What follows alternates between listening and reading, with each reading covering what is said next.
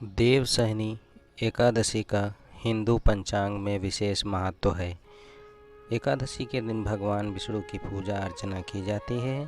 इसे हरिशयन एकादशी के नाम से भी जाना जाता है। आषाढ़ मास के शुक्ल पक्ष की एकादशी को आषाढ़ी एकादशी, हरिशयनी एकादशी, पद्मनाभा एकादशी, पद्मा एकादशी इत्यादि नामों से जाना जाता है। इस बार देवशयनी एकादशी का व्रत 29 जून को रखा गया है। आइए जानते हैं देवशयनी एकादशी का महत्व और पूजा विधि। साथ ही आपसे अनुरोध है कि आपने अभी तक यदि हमारे चैनल को सब्सक्राइब नहीं किया है तो कृपया सब्सक्राइब कर लें और बगल में लगे घंटी के बटन को दबा दें। साथ ही कमेंट में एक प्यारा सा अपने आराध्य देव के नाम जयकारा लगा दें। चलिए शुरू करते हैं। देवशयनी एकादशी का महत्व कुछ इस प्रकार है। ये एकादशी एक विशेष महत्व देने वाली है। एकादशी भगवान विष्णु के आराम का समय है। इस दिन से भगवान विष्णु 4 महीने के लिए शयन करने के लिए चले जाते हैं। इसी के साथ इस दिन से चतुर्मास का आरंभ भी हो जाता है। ऐसे में अगले 4 महीने तक कोई भी शुभ कार्य का आयोजन वर्जित माना जाता है।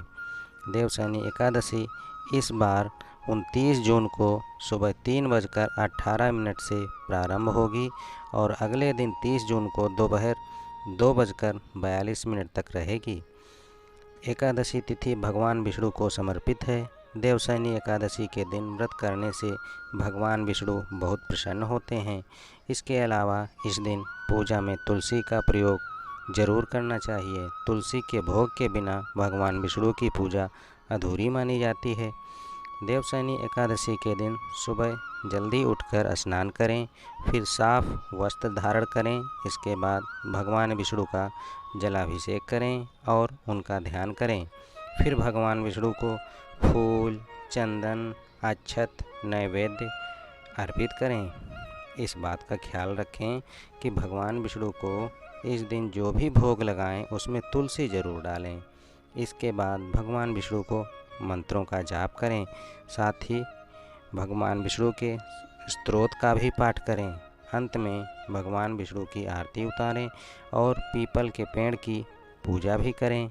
ख्याल रखें कि व्रत करने के साथ साथ पूजा के बाद कथा का भी पाठ जरूर करें। देवशयनी एकादशी व्रत कथा कुछ इस प्रकार है। पौराणिक कथा के अनुसार एक बार धर्मराज युधिष्ठिर ने श्री कृष्ण से आषाढ़ मास के शुक्ल पक्ष की देवशयनी एकादशी का महत्व जानने की इच्छा जाहिर की।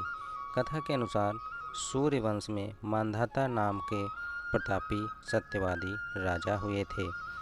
राज्य की प्रजा राजा मांधाता से बेहद प्रसन्न थी, क्योंकि वह अपनी प्रजा का पुत्र की भांति पालन करते थे। प्रजा सुख और धन धान्य से भरपूर रहती थी। एक बार मांधाता राजा के राज्य में 3 साल तक बारिश नहीं हुई। राज्य में अकाल पड़ गया। सूखे के कारण प्रजा में अन्न और जल के लिए त्राहि त्राहि मच गई। अकाल से पीड़ित प्रजा एक दिन दुखी होकर राजा के पास जाकर इस समस्या का उपाय करने का आग्रह करने लगी। प्रजा की व्यथा सुनकर राजा ब्रह्मा जी के पुत्र अंगिरा ऋषि के आश्रम में पहुँचे और इस समस्या का निवारण जानना चाहा। अंगिरा ऋषि ने अकाल से मुक्ति पाने के लिए राजा मांधाता से आषाढ़ मास के शुक्ल पक्ष की देवशयनी एकादशी का व्रत करने के लिए कहा।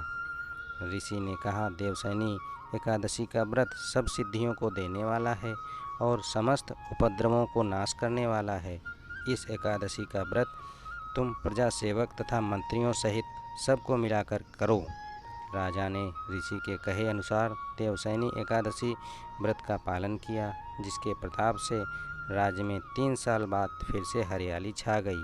अन्न जल का अभाव खत्म हो गया और प्रजा सुखी सुखी जीवन यापन करने लगी।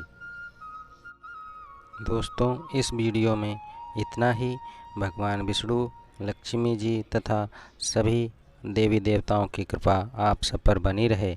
जय श्री राधे राधे, जय श्री राम।